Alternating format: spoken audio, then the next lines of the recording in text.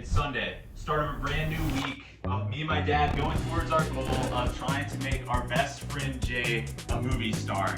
We're trying to make a multi-million-dollar movie. We have the script. We just need to make the contacts that will get this movie up on the big screen for all the world to see. And we're basically trying to make the next Peanut Butter Falcon.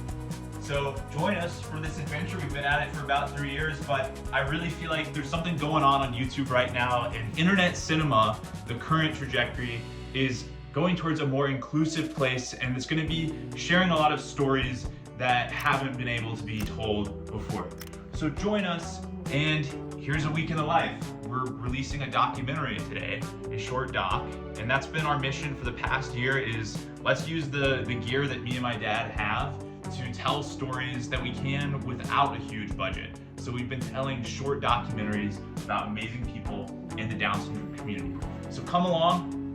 I'm gonna need to get editing and posting today's video. 9:45 p.m. rendering the video. Got her done. Got it done. Time for the world to see this beautiful story of Princess Elizabeth, the pirate sailor. What do you love best about sailing around the world? My favorite part of sailing the world is going out on the water. I love to be back on the water and seeing the world and those islands. We already have a comment from Amanda. Look at this. Elizabeth's laughter is infectious. I agree. Why is the flash on?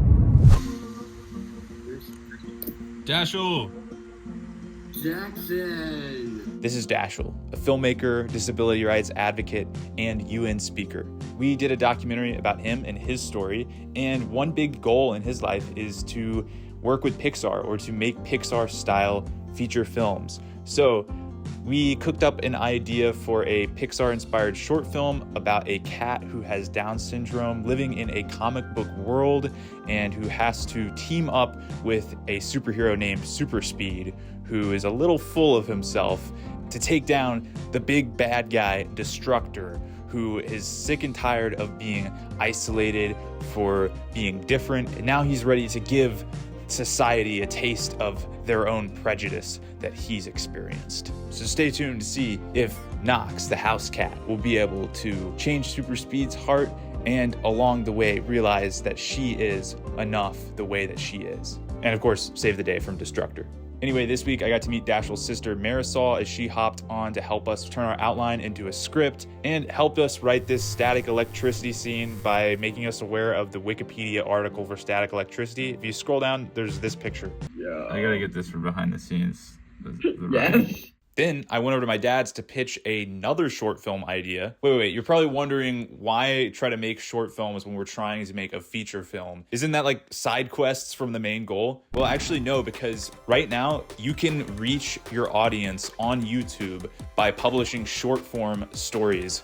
And this is a way that we can connect with our audience now before we make the feature film. As I'm sitting here in the driveway yapping to my dad for like an hour, this was all an idea for a low budget short film that we could shoot with me and Jay acting in it. We could do it in one location in a barber shop. And basically Jay's character is a apprentice barber working at this barber shop. And I'm a high schooler coming in to get my hair cut for prom. Jay strikes up a friendship with me while I'm in the lobby. And we basically change the heart of the barber, showing him that Jay is capable enough to do my haircut. My character trusts Jay, but plot twist, my prom date actually cancels on me. So me, Jay, and the old barber all go bowling together as new friends. Switching gears to a behind the scenes of our last documentary we just put out.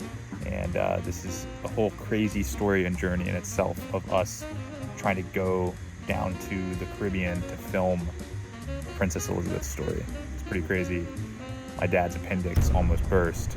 I got 3 hours and 53 minutes of footage, so I better get cooking. Made some good progress. She's everybody's favorite person whenever she walks into a room.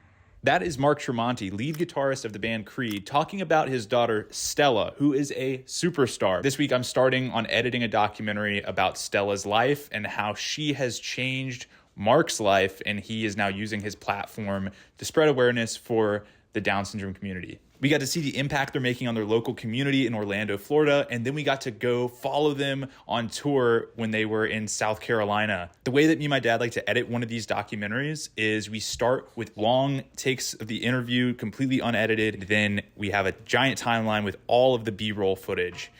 We watch through the interviews, we cut them up and label them and color code them into talking points. And then once we have all of that laid out in one coherent storyline, we match up corresponding footage from our B-roll timeline, which we call our selects. Getting the day going here, Thursday, almost the end of the week, and just thinking about us trying to make this movie and,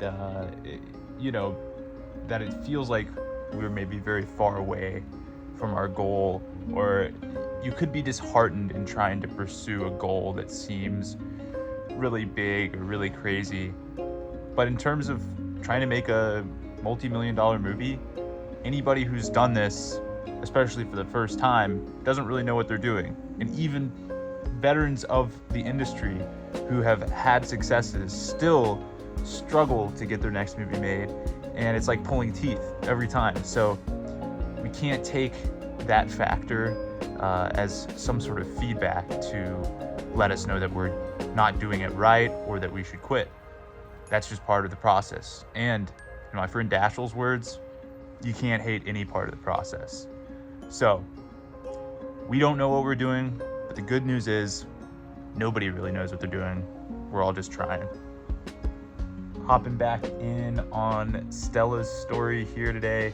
I think if by the end of this week I can get what I call story lock on our documentaries, where I've arranged all the interview clips into one coherent storyline, I think we'll be on good track for getting this doc out on time. It's like Lego pieces. They're all like scattered about, and we just gotta build it together.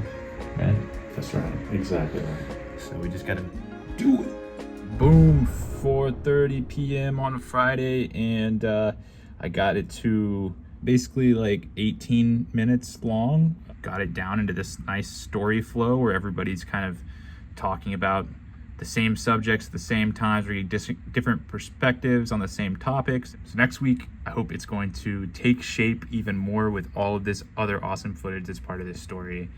And see you then.